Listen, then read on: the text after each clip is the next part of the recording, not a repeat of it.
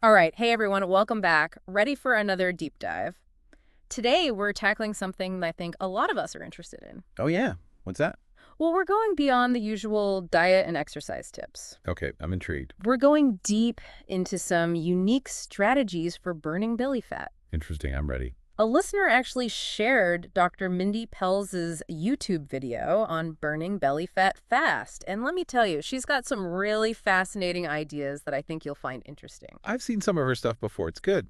Yeah, what I found most intriguing is how she ties belly fat to stress. Cortisol. Exactly. She really hits home the point that not all fat is the same. Right, and she's absolutely right. It's important to understand that when we talk about belly fat, we're specifically talking about visceral fat. Visceral fat. Yeah, it's the kind that sits deep within your abdomen, surrounding your organs. Hmm. It's not the same as the subcutaneous fat you can pinch, like on your arms. Yeah. Yeah, and visceral fat is actually metabolically active, meaning it pumps out inflammatory compounds, and that can increase the risk of a whole bunch of health issues. Wow. So I guess that makes it pretty clear why we need to target belly fat specifically. But the whole idea that stress can actually contribute to belly fat is pretty eye-opening to me. It really is. Think about it this way. When you experience stress, your body releases cortisol. Okay, yeah. And that's totally normal. It's a natural response. It helps you deal with whatever stressful situation you're facing at that moment. But here's the thing. Oh, cool. If you're constantly stressed, if you're in that chronic stress mode, those cortisol levels stay elevated. Oh, no. And your body starts storing that extra energy as visceral fat, primarily around your belly. Ah, that makes sense. So it's almost like your body is constantly in that fight or flight mode. Exactly. Your body's holding on to fat as if it needs it for survival. So interesting. Yeah, is. And that actually leads us perfectly into Dr. Pelz's first tip, which revolves around movement, but with a twist. Okay, tell me more. She actually recommends moving within 2 hours of waking up. Now, why is that 2-hour window so important? It's all about timing with your natural cortisol levels. See, cortisol naturally peaks in the morning. So if you get moving during that peak, you can actually use that cortisol as energy. Oh, I get it. Instead of letting it get stored as belly fat, you're putting it to work. You got it. You're hijacking that stress response, turning it into a fat-burning opportunity. I love that. And in the video, Dr. Pelz actually shares a little anecdote about this. She talks about how, during the pandemic, she'd make a point of walking around her neighborhood to manage her stress and keep those cortisol levels in check. I see. Simple, accessible, anyone can do it. Exactly. And it really gets you thinking, how we can all incorporate more movement into our lives, especially after stressful events, to prevent that cortisol from turning into belly fat. That's a great point. Like, instead of reaching for another cup of coffee after a stressful meeting, maybe take a quick walk. Exactly. Even just taking a few minutes to stretch and move around after waking up can make a difference. The key is to be proactive. I like it. Use those natural hormonal fluctuations to your advantage. So what's Dr. Pelz's second tip? Okay, this one is a little more intense. She's a big advocate for the 36-hour fast, especially when it comes to targeting that stubborn belly fat.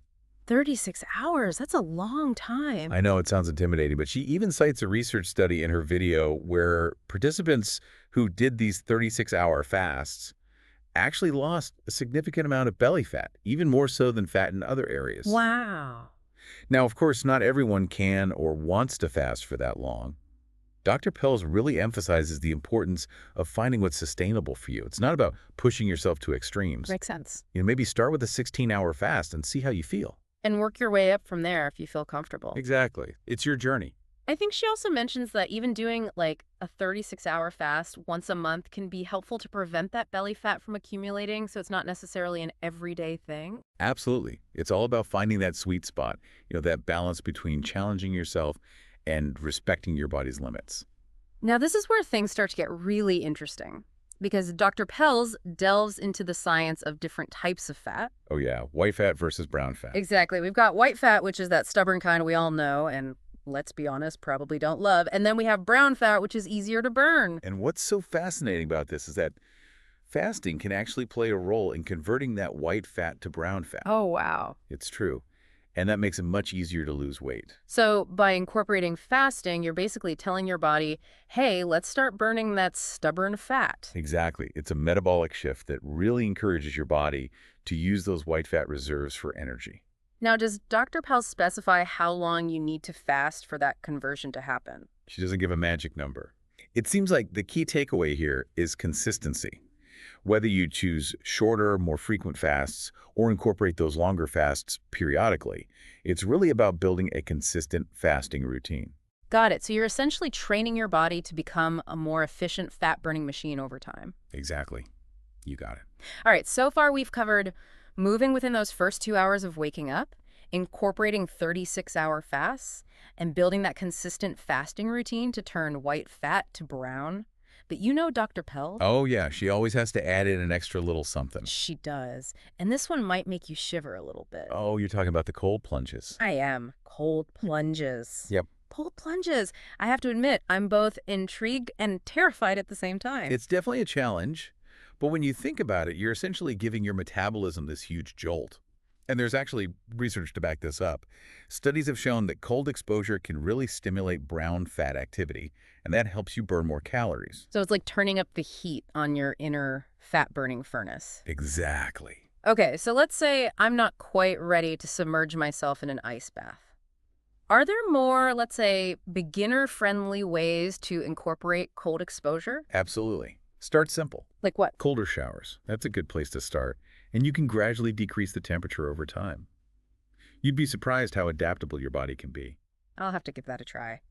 You know, it's interesting, as we're discussing all these tips from Dr. Pelz, I'm struck by how interconnected everything is. What do you mean? Well, you know, moving during that cortisol peak, incorporating fasting, even exposing yourself to cold, it all seems to come back to working with your body's natural processes. You're absolutely right. Dr. Pelz's approach isn't about forcing your body into some strict regimen.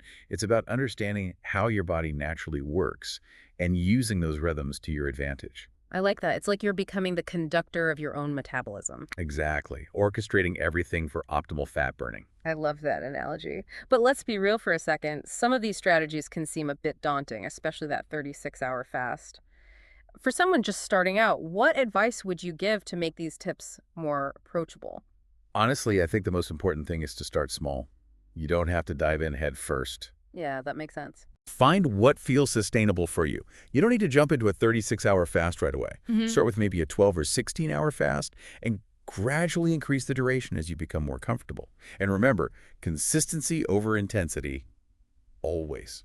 Dr. Pelz makes a great point in her video about finding your personal fasting rhythm. It's not about these rigid rules. Yeah. It's about finding what feels right for your body and your lifestyle. You got it. Some people thrive on shorter, more frequent fasts, while others do better with those longer fasts spaced out over time. It's all about paying attention to those cues your body's giving you and adjusting as you go. I like that. So, speaking of tuning into your body, can I ask you about cold plunges again? I'm curious, have you tried cold exposure yourself? You know, I have. I haven't gone full ice bath yet, but I have incorporated cold showers into my routine. Oh, wow. And how has that been? Honestly, I have to say, I do feel a difference. More energized, more alert. My mind feels sharper. It's like that jolt in the morning really wakes up my entire system. That's amazing. So it's not just about the physical benefits. It sounds like there might be mental benefits as well. Yeah, there's actually more and more research coming out about the potential benefits of cold exposure. And they're not just physical. They're finding that cold exposure can actually improve your mood, help with cognitive function, and even boost your immune system. So even if we're not quite ready to take the polar bear plunge, maybe a slightly cooler shower is a good first step. Absolutely. And you never know. It could lead to unlocking a whole bunch of benefits you never even considered. I like that. A gateway to good health. You know, what I'm taking away from all of this is that even these small changes can have a huge impact on your overall well-being. I agree. You're not just targeting belly fat with these strategies. You're making a conscious effort to support your body in a holistic way. That's a really important point. It's not about squeezing into a certain size. It's about feeling good in your own skin, having energy, and being able to really live life to the fullest. That's it. That sense of vitality and well-being, that's what it's all about. Absolutely. So, as we start wrapping up our deep dive into Dr. Pelz's strategies, I'm curious. I've been thinking about her emphasis on moving within those first 2 hours of waking up. For those of us who aren't exactly morning people, that can seem a little, shall we say, challenging. It can be, but it doesn't have to be a hardcore workout first thing in the morning. True. Just get your body moving. A brisk walk around the block, some light stretching, whatever feels good for you. It's a good reminder that exercise doesn't always have to be this big, intense thing. It doesn't. You can find ways to make it a part of your everyday life. So true. Like, take the stairs instead of the elevator, Yes, park a little further away from the store, walk during your lunch break, even just do some stretches while you're waiting for your coffee to brew. exactly. Yeah. It all adds up. So Yeah. that's a great point. I like that. It's Yeah. about shifting your perspective on exercise and making it an enjoyable part of your routine. Make it an opportunity instead of an obligation. Exactly. And when you look at it that way, it becomes much easier to stick with it. I think that's a really great point. I like how you put that. It's been really fascinating going through all of this with you. We've covered so much. I know. From the science behind belly fat to the role that stress plays, and of course, all of Dr. Pill's tips. Moving during that cortisol peak, the fasting, even those cold plunges, It's been a lot to unpack. it really has been. And, I have to say, I'm feeling super inspired and ready to start incorporating some of these strategies into my own life. How about you? Well, for sure. I mean, it's empowering, isn't it? It is. Knowing that we have the power to really influence our own health and well-being just by making these conscious choices. Absolutely. And I think it's important to remember it's not about perfection. It's about progress. Exactly. And finding what works best for you as an individual and being patient with yourself. Totally. Don't be afraid to experiment and see what sticks. And most importantly, celebrate those small wins along the way. Absolutely. And, there's no shame in reaching out for support or guidance along the way. There are tons of resources out there. Yeah, that's so true. Online communities, health professionals, you name it. You don't have to go at it alone. It's true. Surround yourself with a supportive network of people who are cheering you on. I love that. Well, it looks like we've reached the end of our deep dive for today. Already. Time flies when you're having fun, I guess. It really does. Thank you so much for joining us as we dove deep into this fascinating topic of belly fat. It's been my pleasure. We hope you walked away with some valuable insights and feel motivated to take control of your health and well-being. Yes, absolutely. Yeah. And remember, knowledge is power. When you understand how your body works, you can make choices that support your overall health and happiness. So well said. Until next time, keep learning, keep exploring, and keep taking care of yourselves. And we'll see you on our next deep dive. Hi, everyone!